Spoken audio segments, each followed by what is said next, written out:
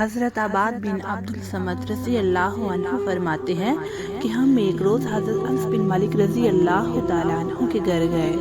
انہوں نے اپنی لونڈی سے فرمایا، دسترخوان لاؤ، ہم کھانا کھائیں گے۔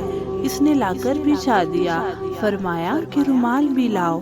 وہ ایک رومال لے آئی جو کہ میلا تھا۔ فرمایا اس کو تنور میں ڈال دیں۔ اس نے رومال تنور میں ڈال دیا جس میں آگ برک رہی تھی۔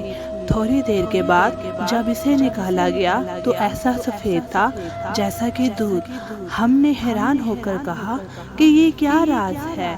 حضرت انس بن مالک رضی اللہ عنہ نے فرمایا کہ یہ وہ رومال ہے جس سے حضور اکرم صلی اللہ علیہ وآلہ وسلم نور مجسم اپنے منہ مبارک کو صاف کیا کرتے تھے۔